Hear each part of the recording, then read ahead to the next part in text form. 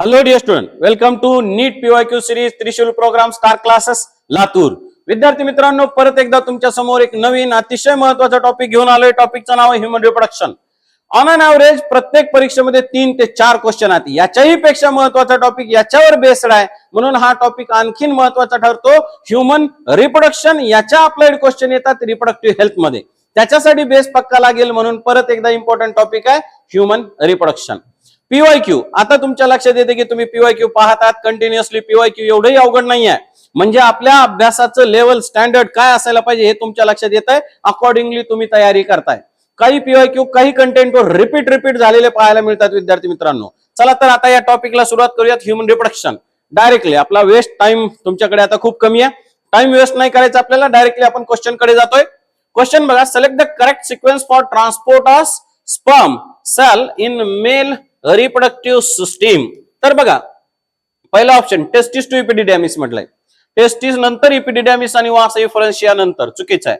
Testis इपिडिडॅमिस वासा इफरन्सिया नंतर, हे चुकीचं आहे. बघा, सेमिनिफेरस ट्युब्युल मध्ये तयार झाले, करेक्ट. तिथून गेले रिटेटेस्टिस, करेक्ट. तिथून गेले वासा इफरन्सिया, तिथून गेले इपिडिडॅमिस, तिथून गेले वास डिफरन्स.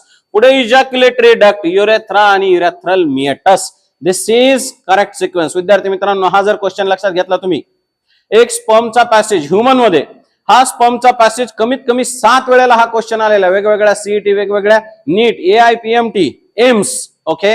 आणि याच्याही सारखा महत्वाचा, याच्यासारखाच क्वेश्चन असतो transport of sperm, sperm passage in frog, sperm passage in cockroach. तुम्हाला असे सुद्धा क्वेश्चन विचारले जाऊ शकतात. आता तुम्हाला एनसीईआरटी पाहायला मिळेल बघा. The seminiferous tubule of the testis open into vasa efferentia through retetestis. म्हणजे seminiferous tubule, retetestis, vasa efferentia हे करेक्ट आहे. पुढे ते ओपन होतं इपिडिडॅमिस मध्ये, इपिडिडॅमिस ओपन होतं, वास डिफरन्स, पुढे इजॅक्युलेटरी डक्ट. हा सिक्वेन्स तुम्हाला लावता येईल. एनसीईआरटी बघून हा सिक्वेन्स लावता येईल. अतिशय महत्वाचा हा क्वेश्चन आहे, पुन्हा पुन्हा रिपीट होताना सुद्धा आपल्याला पाहायला मिळतं. नेक्स्ट क्वेश्चन बघा. The shared terminal duct of the reproductive and urinary system in human male. Human male मध्ये दोन्ही सिस्टीमचा कॉमन पार्ट असतो urethra. Urethra carry semen, sperm as well as urine. आता एकत्रित याचा संदर्भ तुम्हाला कुठे दिलेला नाही, पण एक्सक्रिटरी टॉपिक मध्ये आपण शिकतो. हे किडनी, युरेटर, ब्लॅडर आणि पुरे युरेथ्रा असं युरिन पास होतं, म्हणजे युरेथ्रा मधून युरिन पास होतं. आणि आताच आपण पाहिलं स्पर्म, सीमेन हे सुद्धा युरेथ्रा मधून पास होतं. So this is the shared terminal duct of the reproductive system common to urinary and reproductive system. Right. एकदम सिंपल. तुम्हाला 2 क्वेश्चनच्या मध्ये असा 2 टॉपिकच्या मध्ये क्वेश्चन विचारला गेलेला आहे. ओके. नाउ नेक्स्ट क्वेश्चन बघा. The Leydig cells as found in the human body are the secretory source of. बघा एनसीईआरटी काय म्हणतं. Leydig cells synthesize and secrete testicular hormone called as androgen, particularly testosterone. बघा याच्यामध्ये androgen option आहे. So this is our correct answer. सरळ तुमच्या समोर proof म्हणून एनसीईआरटीचं टेक्स्ट काढलेला आहे. एनसीईआरटी टेक्स्टचा काही पार्ट आहे, तो तुम्हाला डेफिनेटली हेल्पफुल होईल. म्हणजे तुमच्या हेही लक्षात येईल की आपण एनसीईआरटी वाचताना कसं वाचायला पाहिजे. एक लाईन एनसीईआरटीचं, हे एक लाईन तुमच्या एखाद्या क्वेश्चनचा आन्सर आहे असं समजून वाचा, म्हणजे तुम्हाला लक्षात येईल त्या लाईनचा सिरियसनेस काय आहे. Okay. Coming to the next question. If for some reason vasa efferentia in human reproductive system get block. Vasa efferentia, आताच आपण काय म्हणलं बघा. Seminiferous tubule of the testis open into vasa efferentia through rete testis, आणि याच्या पुढे vasa efferentia leave testis and opens into epididymis. बरोबर. म्हणजे टेस्टिस मधून इपिडिडॅमिस पर्यंत जाणारा मार्ग म्हणजे कोण आहे? वासा इफरन्सिया. म्हणजे बघा याचं फर्स्ट आन्सर येणार नाही का? टेस्टिस टू द इपिडिडॅमिस, स्पर्मचं ट्रान्सपोर्टेशन ब्लॉक होईल. बरोबर. Epididymis to vas deferens, epididymis directly leads to vas deferens. Ovary to uterus नाही आणि व्हाजाइना टू युटरस सुद्धा नाही. फर्स्ट आन्सर याचं एकदम करेक्ट आन्सर येईल. याच्या अगोदर स्पर्म ट्रान्सपोर्टचा पॅसेज तुम्ही लक्षात घेतला तर हे असे हायपोथेटिकल क्वेश्चन विचारले जातात. डेफिनेटली तुम्ही सॉल्व्ह करू शकता. असं झालं तर काय होईल, तसं झालं तर काय होईल. राईट. नेक्स्ट बघा. Coming to the next question. Sertoli cells are found in. बघा पुस्तक काय म्हणतं. सर्टोली सेल्स कुठे आहेत तर एक सेमिनिफेरस ट्युब्युल, त्याला लाईन करणाऱ्या 2 सेल्स आहेत, सर्टोली सेल आणि दुसऱ्या आहेत interstitial cell or Leydig cell. बरोबर. सर्टोली सेल आणि आतमध्ये सर्टोली सेल आणि दुसऱ्या आहेत male germ cell that is spermatogonia ह्या सेमिनिफेरस ट्युब्यूल मध्ये. बाहेर लेडिक सेल आणि दुसऱ्या इम्युनॉलॉजिकली कॉम्पिटंट सेल. म्हणजे एक टेस्टिसचं स्ट्रक्चर पाहतो आपण. टेस्टिस मध्ये ट्यूब्स आहेत सेमिनिफेरस ट्युब्यूल. आतमध्ये 2 सेल बाहेर 2 सेल. आतमध्ये 2 सेल कुठल्या Sertoli cell male germ cell that is spermatogonia. बाहेर लेडिक सेल आणि इम्युनॉलॉजिकली कॉम्पिटंट सेल. बरोबर. मग आता याचं उत्तर काय पाहायला मिळेल बघा आपल्याला. Sertoli cells are found in ovaries नाही. ॲड्रिनल कॉर्टेक्स नाही. Seminiferous tubule and provide nutrition to germ cells. Yes बघा इथे म्हटलं एनसीईआरटी मध्ये Sertoli cell provide nutrition to germ cells right. आणि हा कुठं आहेत सेमिनिफेरस ट्युब्यूल मध्ये. ओके बघा लक्षात घ्या मेजॉरिटी क्वेश्चन हे एनसीईआरटी बेस्ड आहेत आणि हाय वेटेज वाला असा हा टॉपिक आहे. Now next question. Secretion from which one of the following are rich in fructose calcium and some enzyme. तर बघा पुस्तक काय म्हणतं एनसीईआरटी काय म्हणतं. Male accessory gland include paired seminal vesicle, a prostate, single prostate and bulbourethral glands म्हणजे 2 आहेत. Secretion of these gland constitute seminal plasma which is rich in fructose, calcium and certain enzymes. म्हणजे बघा सरळ सरळ तुम्हाला NCERT तून उत्तर भेटेल. मेल accessory glands ह्या सिक्रेट करतात fructose, calcium and some enzyme जे की आपल्याला कुठं पाहायला मिळतं जे पाहायला मिळतं सिमेन मध्ये. ओके नाउ नेक्स्ट क्वेश्चन बघा. Seminal plasma in human is rich in. तोच कंटेंट फक्त क्वेश्चन वेगळ्या प्रकारे विचारलाय. आता सिमेनल प्लाझ्मा मध्ये काय fructose and calcium but no enzyme हे चुकीचं आहे. ग्लुकोज आहे का नाही. Fructose and certain enzyme but poor calcium नाही. तर हे बघा fructose calcium and certain enzymes. आता एनसीईआरटीचा पॅरा तुमच्या समोर प्रूफ म्हणून आहे. Okay now next question. Coming to the next question. जिथे स्ट्रेट फॉरवर्ड क्वेश्चन आहेत त्याचं मी एक्सप्लेनेशन कमी देईल पण काही क्वेश्चन असेही आहेत सॉरी या टॉपिकशी रिलेटेड काही क्वेश्चन असे आहेत थोडासा तुम्हाला विचार करायला लागणार. ओके आणि काही क्वेश्चन मी असे घेतलेत 1-2 क्वेश्चन आहेत जे एनटीएच्या प्रॅक्टिस पेपर मध्ये आलेले ते ही क्वेश्चन आपण या टॉपिक मध्ये डिस्कस करणार आहेत. नेक्स्ट बघा. Given below are the two statements. What difference receives a duct from seminal vesicle and open into urethra as ejaculatory duct? Yes, this is correct. Statement 2 बघा. The cavity of cervix is called as cervical canal along with the vagina forms birth canal. Yes, this is also correct. Okay. हे बघा पुस्तकात काय दिले. Was difference that ascend to abdomen and loops over the urinary bladder. It receives duct from seminal vesicle and opens into urethra as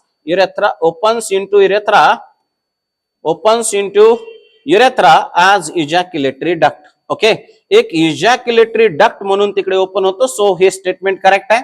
secondly birth canal म्हणजे वजानल canal आणि cervical canal हे correct आहे.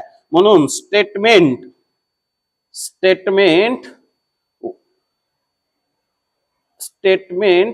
both the statement are false नाही both the statement are true. This is correct answer आपलं. बरोबर बघताना तुम्ही काय म्हणत आपण ज्या वेळेला तुम्ही आन्सर टिक करता व्यवस्थित बघा कुठले स्टेटमेंट वगैरे विचारले. कधी कधी आपल्याला आन्सर येत असून सुद्धा आपण फायनल परीक्षेमध्ये सोडवताना गोंधळ करतो right. So next this is the question. The figure given below depicts the diagrammatic sectional view of human female reproductive system. Which set of the parts out of the first and 6 have been correctly identical. आता अशा question मध्ये वेळ जातो म्हणून सुरुवात काय करायची कुठल्या तरी एका पॉइंटला धरून. 1 नंबर काय तर तुमच्या लक्षात येईल एक एंडोमेट्रियम कुठं दिलेलं आहे का नाही. ओके सो चला दुसरा पार्ट. 2 नंबर लेबलिंग दिले बघा पेरिमेट्रियम. 2 नंबर लेबल पेरिमेट्रियम कुठं आहे का 2 नंबर हेही नाहीये. चला 3 नंबर काय दिले बघा 3 नंबर दिला इनफंडिब्युलम आणि 4 अँफ्युला. 3 इनफंडिब्युलम 4 फिम्ब्रिये. ओके सॉरी 3 इनफंडिब्युलम 4 आहे फिम्ब्रिये. सो हे करेक्ट मॅचिंग आहे बघा. आणि 5 सर्विक्स म्हटलंय त्यांनी. यस 5 हे सर्विक्स आहे. ओके सो हा ऑप्शन बरोबर आहे. असे क्वेश्चन सॉल्व्ह करत असताना कुठला तरी एक धागा पकडून पुढे जायचं. जनरली कंटेंट जास्त वाटला आपण जंबल होतो आणि असा क्वेश्चन अगदी सोपा असताना सुद्धा तुमचा वेळ खातो. लक्षात घ्या, तुम्ही अशा क्वेश्चनला लवकरात लवकर सॉल्व्ह करायची तयारी ठेवा. ओके, फायनलला फक्त तुम्ही क्वेश्चन सॉल्व्ह करणं महत्वाचं नाही, एकदम फास्ट सॉल्व्ह करणं तेवढंच महत्वाचं आहे. राईट, नाव नेक्स्ट बघा. Given below are the two statement. The release of sperm into seminiferous tubule is called as spermiation. विद्यार्थी मित्रांनो, एनसीईआरटी मध्ये लाईन दिलाय. After spermiogenesis sperm had become embedded in Sertoli cell and finally released from the seminiferous tubule. आणि इथे काय म्हणले, sperms into the seminiferous tubule. Actually या दोन मध्ये काही लोकांनी सांगितलं की हे स्टेटमेंट चुकीचं आहे. विद्यार्थी मित्रांनो लक्षात घ्या, स्टेटमेंट चुकीचं नाही आहे. समजा हे सेमिनिफेरस ट्यूब्यूल आहे, राईट. या सेमिनिफेरस ट्यूब्यूल मध्ये ही सर्टोली सेल आहे आणि हे आहेत बघा इनिशियल जर्म सेल, लाईक आपण म्हणूयात त्याला spermatogonia. Primary spermatocyte, secondary spermatocyte, spermatid आणि फायनल तयार झालेला स्पर्म. लक्षात घ्या, तयार झालेला स्पर्म हा सर्टोली सेलला अटॅच आहे, पुस्तक तसं म्हणतं. मग हा इथून रिलीज झाला, मग सेमिनिफेरस ट्यूब्यूल पासून रिलीज झाला म्हणा किंवा सेमिनिफेरस ट्यूब्यूलच्या आतमध्ये रिलीज झाला म्हणा. हा इथून रिलीज झाला आणि पुढे गेलाय याच्या ॲक्सेसरी डक्ट मध्ये, दॅट इज स्पर्मिएशन. सो हे स्टेटमेंट करेक्ट आहे. काही पुस्तकामध्ये तुम्हाला पाहायला मिळेल हे स्टेटमेंट चुकीचं दिलंय त्यांनी. ओके, हे स्टेटमेंट करेक्ट आहे. मी सिंपली सांगतोय तुम्हाला, सर्टोली सेल पासून, सर्टोली सेलच्या हेड पासून स्पर्म रिलीज झाले म्हणजे स्पर्मिएशन. सेकंड स्टेटमेंट कडे येऊयात आपण. स्पर्मिओजेनेसिस is the process of formation of sperm from spermatogonia. Yes, the spermatids are transformed into spermatozoa sperm by the process of spermatogonia. Okay, त्याला आपण म्हणूयात स्पर्मिओजेनेसिस. Okay, so spermiogenesis is the process of formation of sperm from spermatogonia. Okay, तर लक्षात घ्या, इथे काय म्हणले, स्पर्मॅटिडचं transformation कशात होणार आहे, स्पर्मॅटोझोआ स्पर्म मध्ये. पण हे स्टेटमेंट काय म्हणतंय, process of formation of sperm from spermatogonia. याला स्पर्मिओजेनेसिस म्हणायचं नाही. स्पर्मॅटिड पासून जे होतं त्याला आपण म्हणणार स्पर्मिओजेनेसिस. लक्षात येते तुमच्या, हे स्टेटमेंट चुकीचं आहे. Okay, so statement first is correct but statement second is incorrect. असं याचं आन्सर तुम्हाला पाहायला मिळेल. लक्षात घ्या बरं का, फर्स्ट स्टेटमेंट करेक्ट आहे. काही काही ठिकाणी म्हणलं हे फर्स्ट स्टेटमेंट चुकीचं आहे. Okay, first statement correct.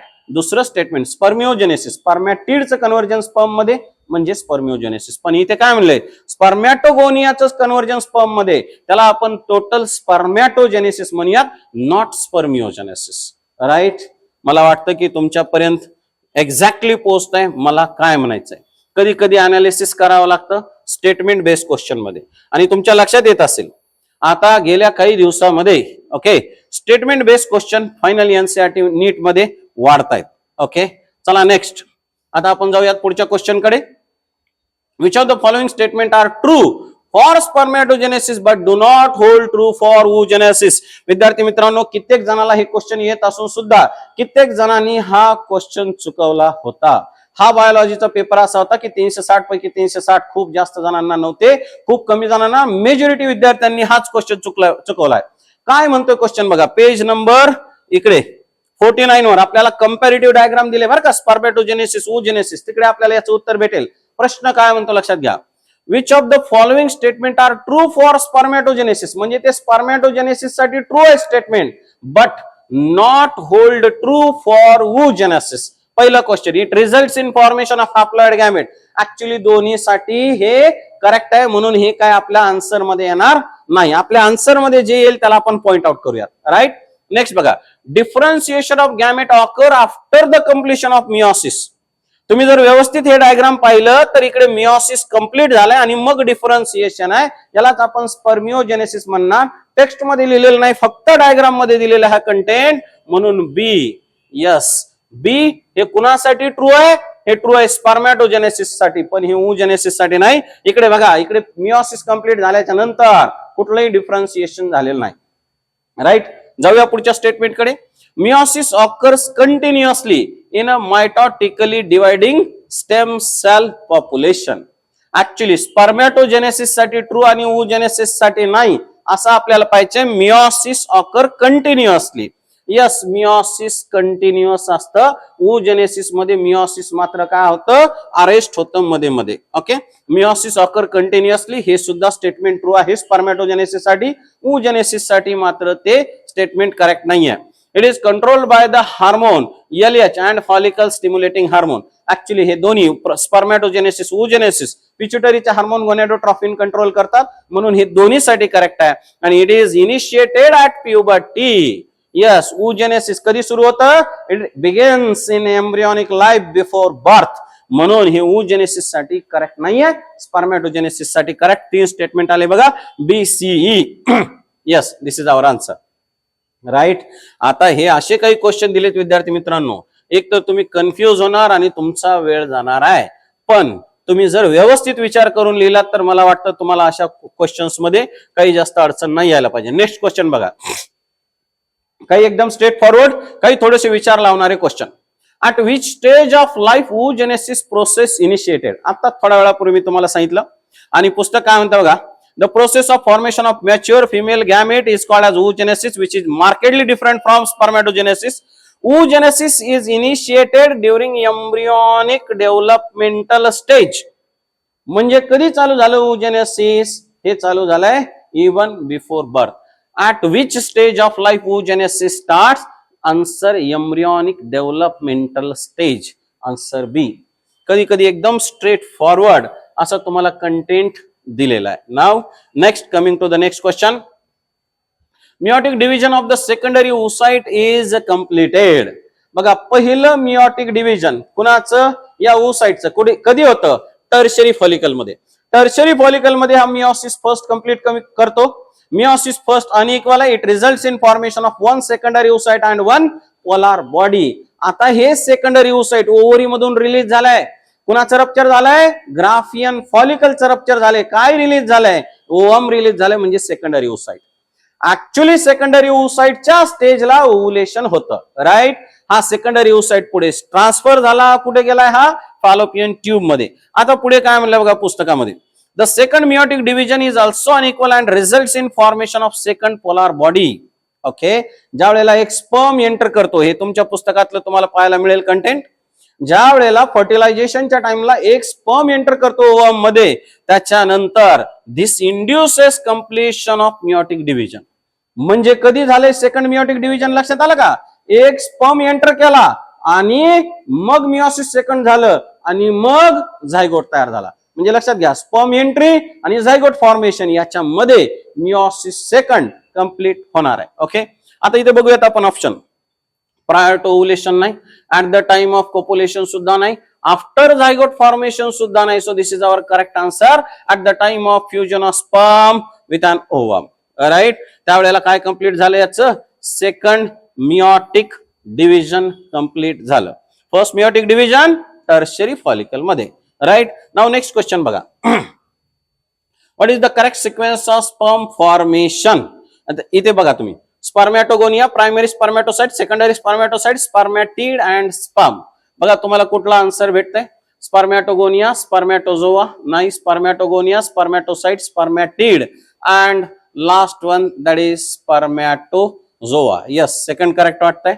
Okay, next बघा, स्पर्मॅटिड सुरुवातीला चालाय, स्पर्मॅटोगोनिया, स्पर्मॅटोसाइट, स्पर्मॅटोझोआ नाही. सेकंड बघा, spermatogonia, spermatocyte, spermatid and spermatozoa that is sperm.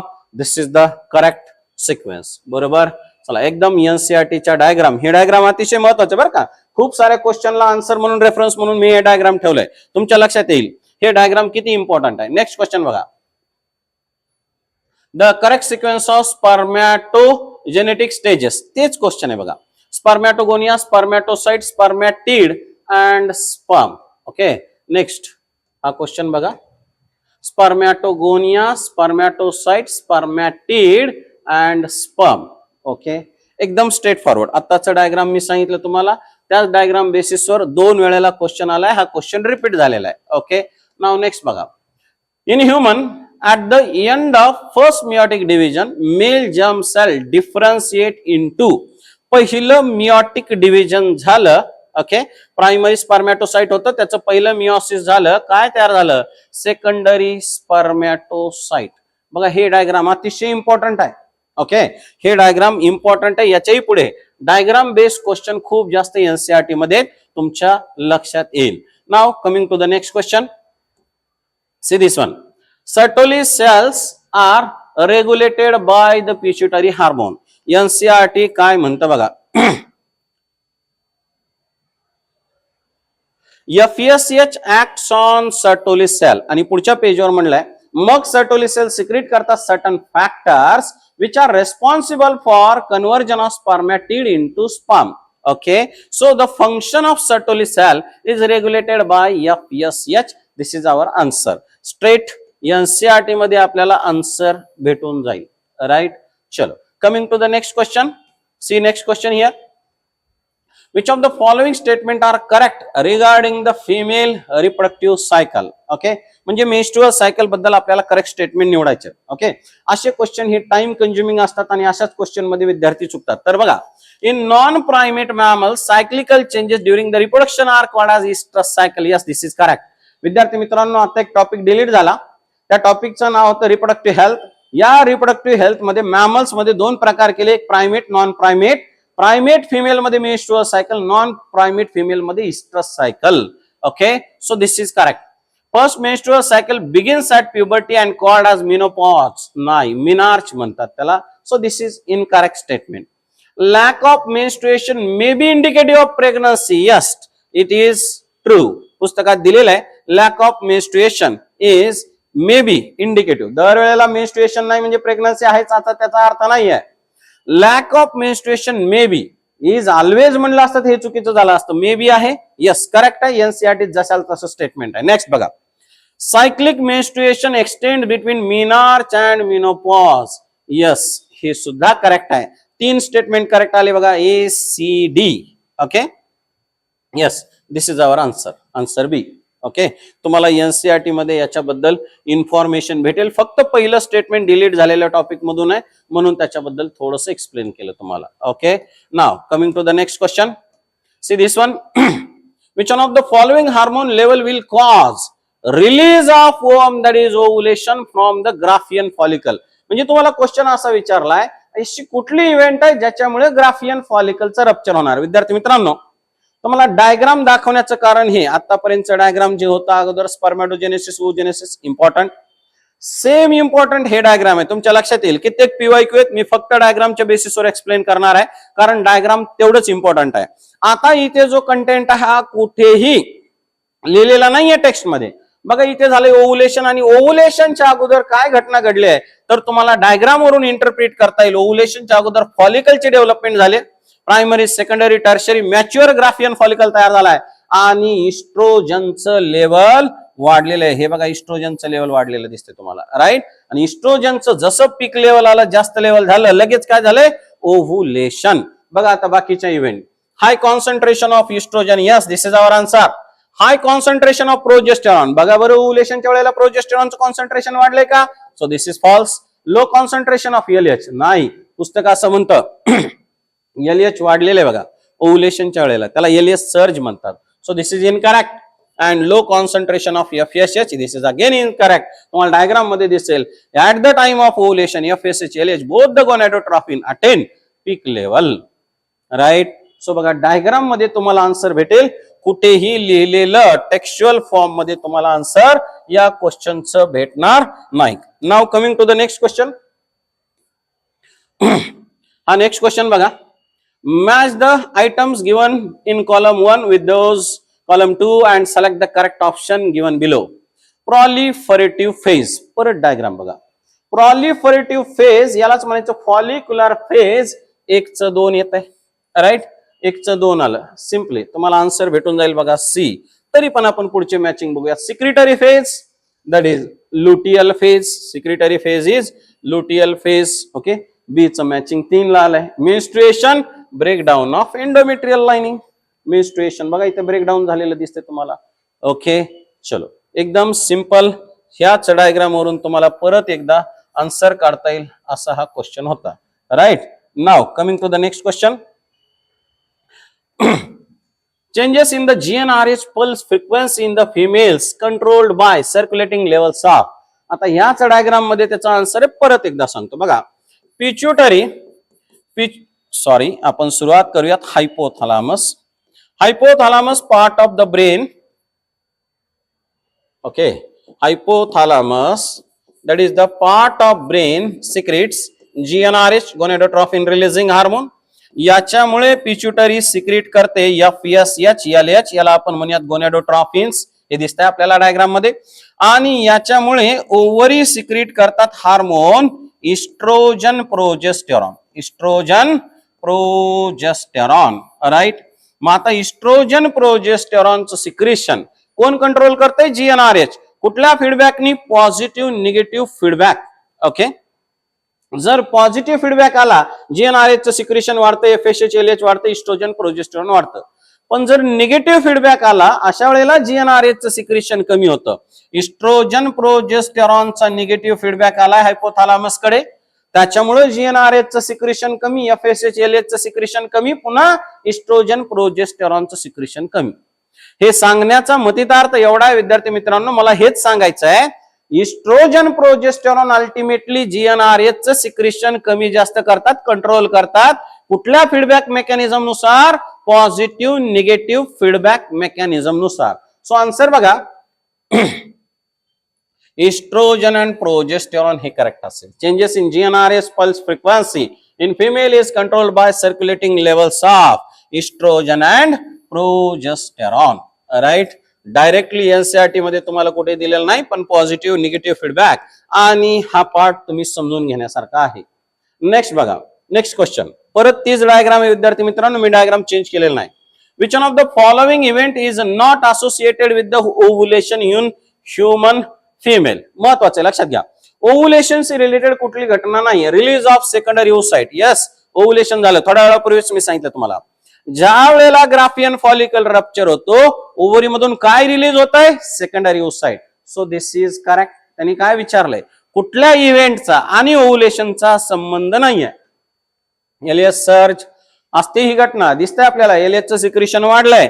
At the time of ovulation there is increase in secretion of LH called as LH surge. This is correct. Decrease in oestradiol. Oestradiol म्हणजे oestrogen आहे. Oestrogen ओव्हुलेशनच्या वेळेला वाढते का कमी होत आहे? वाढतंय. So this event is not associated. And full development of Graafian follicle. Yes, fully development झाल्याशिवाय त्याचं रप्चर होणार नाही. झाल्याशिवाय त्याचं रप्चर होणार नाही म्हणजे ओव्हम रिलीज होणार नाही. सो आपला आन्सर यातलं सी असेल. ओके, चला coming to the next question. See this one again. परत मी डायग्राम चेंज केलेला नाही विद्यार्थी मित्रांनो, डायग्राम तेच आहे. क्वेश्चन बघा काय म्हणतो. About which day in the normal human menstrual cycle does rapid secretion of LH, that is popularly called as LH surge, normally occur? बघा बरं, LH surge किती? 14व्या दिवशी आहे LH surge. That's it. Okay. On the day of ovulation, that is 14th day. Okay. Simply. Next. A secretary phase. पुन्हा diagram बदललं नाही बरं का मी. मेन्स्ट्रुअल सायकलचे जेवढे क्वेश्चन आहेत तुम्ही इकडे सॉल्व्ह करू शकता. सगळं मेन्स्ट्रुअल सायकल थोडक्यात दाखवलंय आपल्याला या डायग्राम मध्ये, right. The secretory phase in the human menstrual cycle is also called as. बघा, सिक्रेटरी फेजला नाव आहे luteal phase. Okay, it is also called as luteal phase and last for about luteal phase and last for about 13 days. Okay, इथे चालू झालंय बघा 15व्या दिवसापासून 28-29व्या दिवसापर्यंत. ओके, कन्फ्युजन साठी ऑप्शन फर्स्ट दिलाय, पण आपल्या लक्षात येईल option C, that is more correct. Luteal phase आणि जवळपास 13 दिवस चालणार हे फेज आहे. नाव नेक्स्ट क्वेश्चन बघा.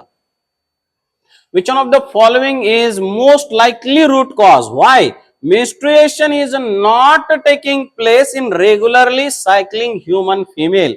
एखादं मेन कारण काय असू शकतं? एका फिमेल मध्ये नॉर्मल मेन्स्ट्रुअल सायकल चालू आहे.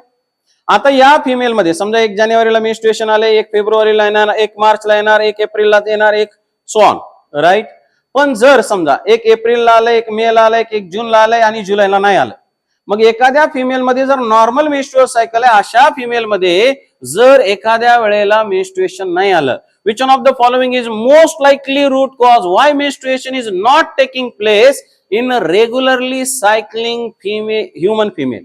एका फिमेल मध्ये रेग्युलर आहे पण एखाद्या वेळेला आलेलं नाही, याचं सगळ्यात कॉमन कारण सांगायचे. हे सगळेच कारण असू शकतात, पण लक्षात घ्या सगळ्यात कॉमन कारण काय असेल आपल्या आजूबाजूला. Maintenance of the hypertrophical endometrium lining. Endometrium lining जर मेंटेन झालं तर फिमेल मध्ये कशाला येईल? Menstruation. Now next question, in human female menstruation can be deferred by administration of. Question असा विचारला, एखाद्या फिमेल मध्ये रेग्युलर मेन्स्ट्रुअल सायकल आहे, आपल्याला याला बदलायचंय. कसं बदलणार? मेन्स्ट्रुअल सायकल कंट्रोल करणार कोण आहे? FSH-LH. Okay, gonadotrophin. आपण हे शिकलोय बघा. हायपोथॅलॅमस रिलीज करते GnRH. GnRH मुळे पिट्युटरी रिलीज करते FSH-LH. ओके, आणि FSH-LH मुळे ओव्हरी रिलीज करतात इस्ट्रोजन प्रोजेस्टेरॉन. काय रिलीज करतात? Estrogen progesterone. आता सांगितलं तुम्हाला इस्ट्रोजन प्रोजेस्टेरॉन कंट्रोल करतात GnRH पॉझिटिव्ह आणि निगेटिव्ह फीडबॅक मॅनर मुळे. मग GnRH कमी झालं तर FSH-LH कमी जास्त होईल, मग मेन्स्ट्रुअल सायकल मध्ये फरक पडेल. आपल्याला थोडक्यात उत्तर हे करावं लागेल, combination of oestrogen and progesterone. Oral contraceptive pills reproductive health मध्ये आपण हेच देतो आणि हेच ओरल कॉन्ट्रासेप्टिव्ह पिल GnRH ला कमी करतात आणि पुढे मग काय होतं? ओव्हुलेशन होत नाही. Now coming to the next question, if mammalian ovum fails to get fertilized, which one of the following is unlikely? जर फर्टिलायझेशन नाही झालं तर कुठली इव्हेंट होण्याची शक्यता नाही आहे? Corpus luteum will degenerate. Yes, ही शक्यता आहे. बरोबर. Progesterone secretion rapidly declines. ही पण शक्यता आहे जर ओव्हुलेशन फर्टिलायझेशन नाही झालं तर. Oestrogen secretion further decreases. Increases म्हटलंय, हे काही होणार नाही. बघा, जर ओव्हुलेशन झालं आणि फर्टिलायझेशन नाही झालं, कॉर्पस लुटियम डिजनरेट होतो. इस्ट्रोजन प्रोजेस्टेरॉन दोन्ही सिक्रेशन कमी व्हायले, त्यांनी म्हणलं इनक्रीजेस म्हणलंय, म्हणून हे चुकीचे. ही घटना होण्याची शक्यता नाहीये, हेच आपला आन्सर आहे. Right. Now coming to the next question, see this one. Given below are the two statements. One is assertion, second is reason. Endometrium is necessary for implantation of blastocyst. Yes, this is the correct. पुस्तक असं म्हणतं बघा, such endometrium is necessary for implantation of fertilized ovum and other event of pregnancy. Yes, हे correct आहे. Endometrium implantation साठी लागतं. In the absence of fertilization, corpus luteum degenerates that causes disintegration of endometrium. दोन्ही correct आहे. फक्त आता कारण जुळतंय का हे बघा. लक्षात घ्या, इम्प्लांटेशन साठी एंडोमेट्रियम मोठा गरजेचा आहे. करेक्ट आहे, पण एंडोमेट्रियम डिसइंटिग्रेट होतं म्हणलं त्यांनी कॉर्पस लुटियमच्या अब्सेन्स मध्ये. हे रिझन काही त्याला एक्झॅक्टली मॅच होणार नाही. लक्षात घ्या, assertion is correct. Both assertion and reason are true, but reason is not correct explanation of assertion. Okay, assertion reason question solve करत असताना एखादी गोष्ट, एखादं वाक्य आणि दुसरं वाक्य याच्यामध्ये कारण ठेवून बघा. मी शिकवतोय कारण मी शिक्षक आहे. यस, दोन्ही मॅच होत आहे. असं जर असेल तर ऑप्शन ए. ही सोपी पद्धत आहे असर्शन आणि रिझन क्वेश्चन सॉल्व्ह करण्याचे. पहिलं स्टेटमेंट, दुसरं स्टेटमेंट साध्या मराठी भाषेत आपल्या मनामध्ये मनन करा आणि मध्ये एक शब्द ठेवून बघा. कारण जुळत असेल तर क्वेश्चनचा आन्सर एक आहे, जुळत नसेल तर आन्सर बी असेल. ओके, अशाच वेळेला तुम्ही कन्फ्युजन होता ए आणि बी मध्ये. Right. Now coming to the next question, receptors for the sperm binding in mammals are present in. पुस्तक काय म्हणतं बघा, at the time of fertilisation sperm comes in contact with zona pellucida. So zona pellucida हे correct answer आहे. Zona pellucida लेअरला फर्टिलायझन्स असतात, anti फर्टिलायझन्स या स्पर्मच्या हेडवर असतात. Okay, now next question, capacitation occurs in. Capacity म्हणजे स्पर्मची कॅपॅसिटी वाढते फर्टिलायझेशन साठी, स्पर्मची मोटिलिटी वाढते, स्पर्मचं जे काय अॅक्रोझोम आहे हे ओपन होतं, पण हे कॅपॅसिटेशन कुठं होतं लक्षात घ्या, फिमेल रिप्रोडक्टिव्ह ट्रॅक मध्ये. बाकी सगळे जर तुम्ही पाहिले, epididymis, vas deferens and rete testis are the part of male reproductive system. Now next question, fertilization in human is practically possible only if. पुस्तकात काय म्हणले बघा,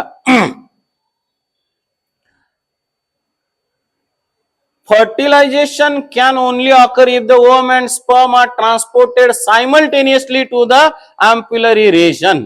Okay, आता बघा पुस्तकात पहिलं काय म्हणतंय, ovum and sperm are transported simultaneously to the ampullary ischemic junction of the cervix. याच्यामुळे हे चुकीचं आहे. ऑप्शन 4 बघा, ovum and sperm are transported simultaneously to the ampullary isthmic junction of the fallopian tube. So this is our correct answer. Right. Okay. कधी कधी पहिला अर्धा भाग बघून आपण आन्सर टिक करतो, काही गडबड करायची नाहीये. नेक्स्ट क्वेश्चन बघा, in human female meiosis second is not completed until, कधीपर्यंत, जोपर्यंत फर्टिलायझेशन होत नाही, एक स्पर्म हेडची एंट्री होत नाही. याच्या अगोदर आपला 2-3 वेळेला डिस्कस करून झाला हा पार्ट. नेक्स्ट बघा, which one of the following statement about morula in human is correct. बघा हे आहे ओव्हम, फर्टिलायझेशन झालं, झायगोट तयार झालं, झायगोटचा 2 सेलचा एम्ब्रिओ तयार झाला, 4 सेलचा एम्ब्रिओ, 8 सेलचा embryo, that is early morula. आता या सगळ्यामध्ये तुम्हाला लक्षात येईल याला एक बाहेर लेअर कॉमन आहे, दॅट इज झोना पेलोसिडा. एकाच्या 2 सेल झाल्या, पण व्हॉल्यूम तेवढंच राहिले, सायटोप्लाझम तेवढंच, न्यूक्लियस मात्र 2. 2च्या 4 सेल झाल्या, व्हॉल्यूम तेवढा आहे कारण बाहेरचा लेअर इंटॅक्ट आहे, सायटोप्लाझम तेवढंच आहे पण न्यूक्लियस वाढलेत. आणि आता 8 सेल झाल्या, सायटोप्लाझम तेवढंच आहे, न्यूक्लियस वाढले. म्हणून मोरुलाच्या बाबतीत आपल्याला असं म्हणता येईल, it has almost equal quantity of cytoplasm as uncleaved zygote but much more DNA. much more DNA का बरं? कारण याच्याकडे वाढलेत न्यूक्लियसची संख्या. Okay. Now next, match the column and select the correct option. बघा पहिलं काय म्हणलं, प्लासेंटा. प्लासेंटा काय सिक्रेट करतो, ह्युमन कोरियॉनिक गोनॅडोट्रॉफिन. एकचं मॅचिंग केलं, बस आपला आन्सर भेटले. तरी पण बघा बी चं मॅचिंग 3 आहे, zona pellucida layer of the ovum correct आहे. सी चं मॅचिंग 4 मध्ये आहे बघा, bulbourethral gland, that is lubrication of penis, and Leydig cell, they are the source of androgen. Okay. कधी कधी पहिलं मॅचिंग केलं की तुम्हाला आन्सर भेटून जातं. तरी पण बाकीचे कन्फर्म करत चला, कारण फायनल परीक्षा आपले मार्क्स इम्पॉर्टंट आहेत. Hormone secreted by the placenta to maintain pregnancy are. पुस्तक काय म्हणतं बघा, सरळ सरळ एनसीईआरटीतलं लाईन तुमच्या समोर ठेवलंय. HCG estrogen, HCG HPL estrogen आणि प्रोजेस्ट्रोजन, हे बघा आन्सर. ओके. SCG estrogen. आता इथे रिलॅक्सिन म्हणलंय, रिलॅक्सिन सिक्रेट करतं प्लासेंटा पण ऑक्सिटोसिन नाही. ओके. सो काय काय सिक्रेट करतं, SCG HPL progesterone estrogen to maintain pregnancy. आणि रिलॅक्सिन प्रेग्नन्सी टर्मिनेट होण्याच्या टाइमला रिलीज होतं, डिलिव्हरीच्या टाइमला रिलीज होतं. म्हणून आन्सर याच्यातलं सी आहे बघा. Right. Now coming to the next question, see this one.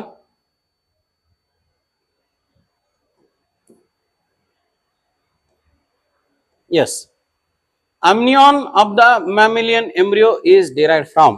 हा क्वेश्चन तुम्हाला एनसीईआरटीत उत्तर भेटणार नाही, पण एनटीएने ज्या वेळेला प्रॅक्टिस पेपर दिले होते त्यावेळेला त्यांनी याचं हा क्वेश्चन जशाला तसा दिला होता.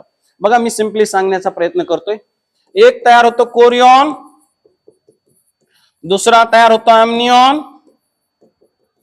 तिसरा तयार होतो अलेंटॉइज आणि चौथा तयार होतो यॉर्क सॅक. असे 4 एक्स्ट्रा एम्ब्रियोनिक मेम्ब्रेन बनतात. हे 2 एक्टोडम आणि मिसोडम पासून बनतात आणि आतले 2 मिसोडम आणि एंडोडम पासून बनतात. बरोबर.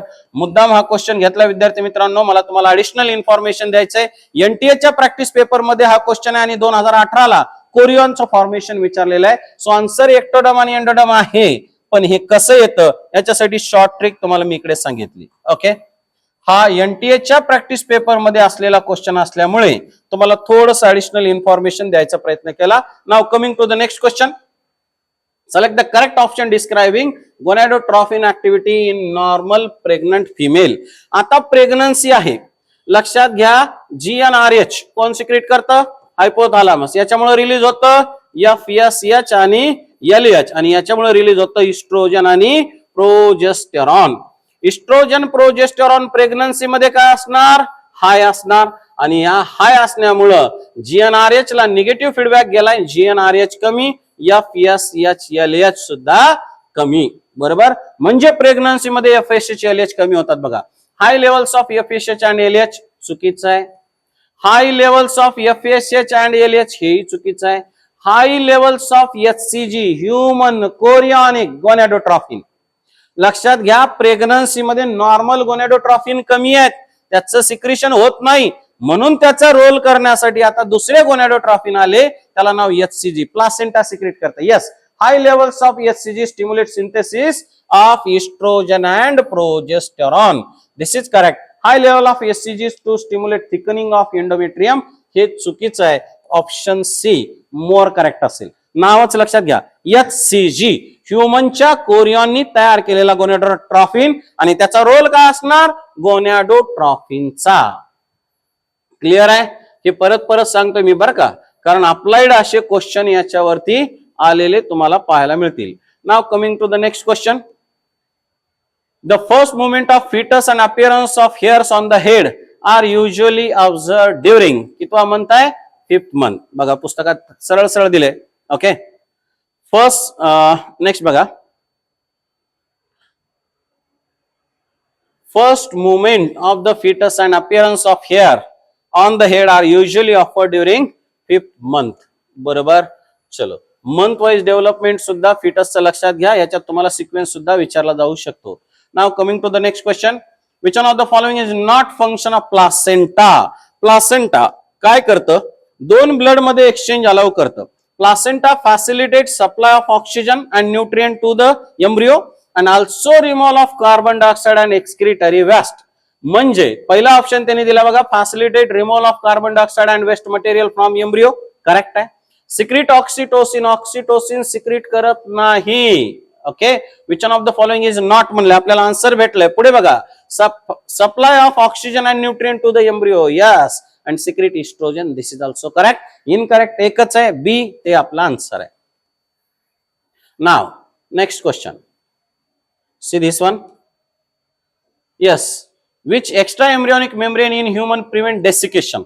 ऍक्च्युली ह्या परत मी तुम्हाला डायग्राम मध्ये दाखवलेला आहे, म्हणून याच्याबद्दल हा क्वेश्चन घेतलेला आहे. थोडंसं ऍडिशनल इन्फॉर्मेशन समजा. डायग्राम मध्ये आपल्याला पाहायला मिळेल कोरियॉन आहे, अम्निऑन आहे, अम्निऑटिक सॅक आहे, आणि या अम्निऑटिक सॅक मध्ये फ्लुइड असते, त्याला म्हणायचं अम्निऑटिक फ्लुइड.